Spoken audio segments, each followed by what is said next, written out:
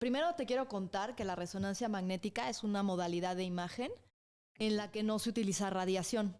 Entonces, los chiquitos o los pacientes que son sometidos a estos estudios no son radiados, ¿no? Como en algunas otras modalidades de imagen, como la tomografía, como las radiografías, cuando vas y te tomas una placa de tórax, donde sí utilizan radiación ionizante. La resonancia magnética trabaja a base de un imán gigante y lo que hace este imán es que manda pulsos de radiofrecuencia que son captados por unas antenas que nosotros colocamos en las diferentes partes del cuerpo del paciente y se transforman en una imagen que nosotros podemos ver. Entonces, algo que es súper interesante es que los pacientes con déficit de atención, la mayoría de ellos, no tienen ninguna alteración anatómica. Entonces los mandan al médico, les hacen una resonancia magnética anatómica y les dicen, está normal, ¿no? Les mandan un electro y les dicen, está normal, ¿no? Y bueno, nosotros lo que quisimos es plantear la posibilidad, junto con el doctor Barragán, de que sí tiene una alteración neurológica en el cerebro de los niños con TDA que fuera demostrable a través de la imagen, ¿no? Porque el TDA en muchas ocasiones es considerado como este tipo de enfermedades en las de, ay, no sé qué tienes, hiperactivo tiene TDA, ¿no? Y no, en realidad sí tienen una alteración en el cerebro que los hace comportarse como se comportan. Y eso es lo que logramos a través de dos formas distintas de imagen funcional con resonancia magnética. La primera que te voy a platicar es esta que se llama tensor de difusión, en donde tú puedes ver en el lado izquierdo de la pantalla, donde dice TDA, es un niño con trastorno por déficit de atención. Y si te fijas, estas fibras de colores tienen mucho menos número de fibras que los niños que tienen controles o que no tienen ninguna alteración neurológica. Esto fue el primer paso que dimos y de ahí empezamos a ver el famoso tracto que encontramos junto con el doctor Barragán, que iba de la región frontal a la región cerebelosa, ¿no? Digamos, de la frente a la nuca, porque ya había muchos trabajos publicados en pacientes con trastorno por déficit de atención de tipo hiperactivo, ¿no? En donde la afección está más bien que va del lugar frontal hacia una región que se llama el cíngulo, que es donde se complementa varios tipos de información y es como la que distribuye la información. De eso ya había, pero los chicos que eran inatentos, no tenían ninguna extensión, digamos, en sus estudios ni nada. Entonces, el primer planteamiento fue identificar si tenían ese tracto, primero saber si existía ese tracto, después ver si estaba alterado en estos pacientes o no.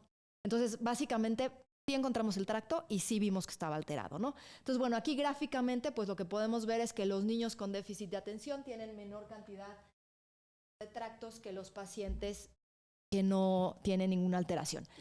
Aquí estamos mostrando básicamente lo mismo. A tu lado izquierdo, hacia el lado más... está la nariz del paciente y la nuca, ¿lo ves? Está la nariz y la nuca. Sí. Y si te fijas, ese es el tracto que va de la región frontal, de la región frontal hacia la región cerebelosa, que está aquí. Y vemos otra vez la comparativa entre los niños con déficit de atención y los pacientes controles. Lo que se nos ocurrió hacer después, ya una vez identificado este tracto, sabiendo que existía y sabiendo que estaba alterado en los pacientes con TDA, pues lo que se nos ocurrió es darles tratamiento. El tratamiento lo dieron los neurólogos. Algunos necesitaron medicamento, otros necesitaron, fue más conductual, ¿cierto? Fue más conductual y ácidos grasos, ¿no? La famosa, bueno, ¿puedo decir la marca? De Scott que nos daban a todos de chiquitos que guacala, pues sí sirve, ¿no? Entonces, esos son los ácidos. ¿Sí sirve o no sirve? Por supuesto que sirve. Okay. Entonces, ahora vienen en diferentes presentaciones y no hay que torturar a los niños de esa manera, pero sí funciona, ¿no? Son ácidos grasos. Entonces, bueno, lo que vimos es que después de un año de tratamiento, estas imágenes,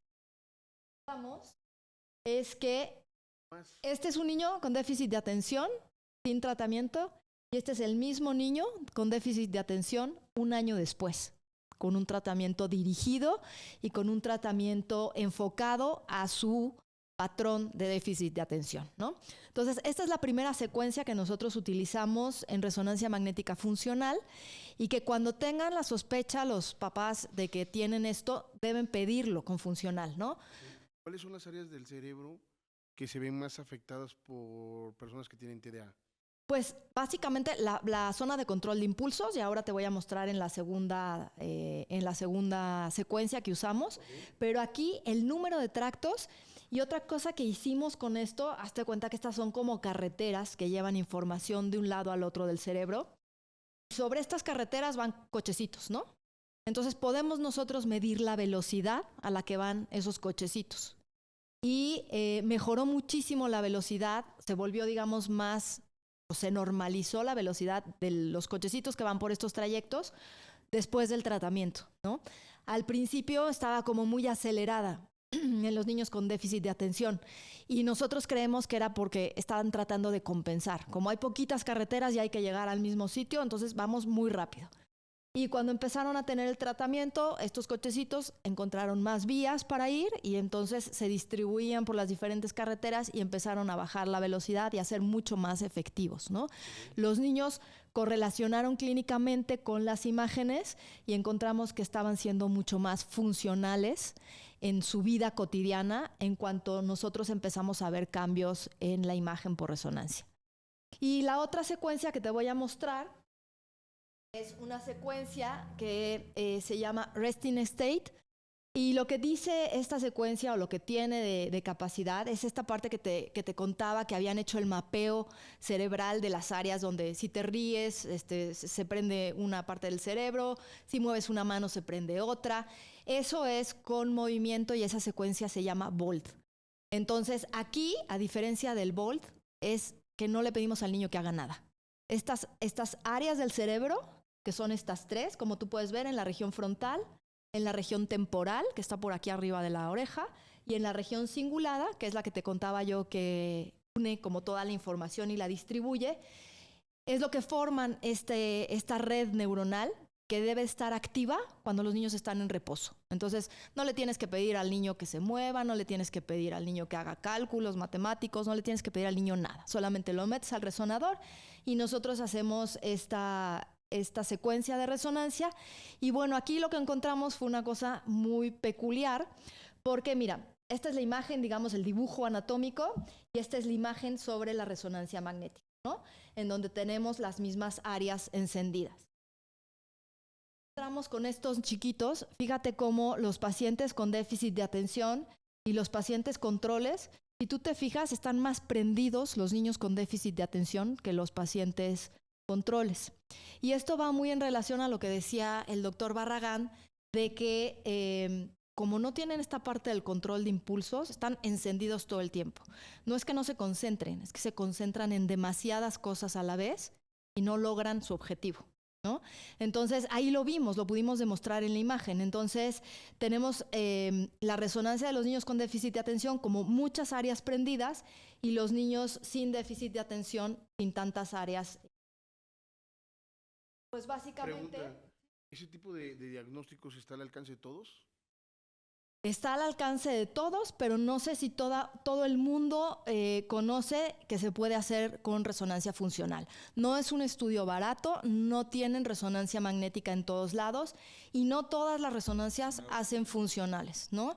Entonces, no es un estudio rutinario. O sea, normalmente los médicos desde primer contacto, inclusive los neurólogos, mandan una resonancia normal o un electro y no pueden ver todas estas cosas, ¿no? Y la otra cosa que encontramos es que si te fijas, los niños control tienen encendida el área cingulada, que es el área que controla los impulsos, y los niños con déficit de atención. Entonces, por eso no pueden controlar el impulso, ¿no? Por eso si quiero ahorita me paro y voy por la taza de café y me regreso, porque mi control de impulso no está...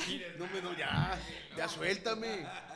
Y bueno, si lo tratamos de explicar así como que muy gráfico para que entiendan, los niños con déficit de atención tienen pocas ramificaciones, pocas ramas, pero el arbusto es muy frondoso, ¿no? Eso es lo que vimos en la imagen.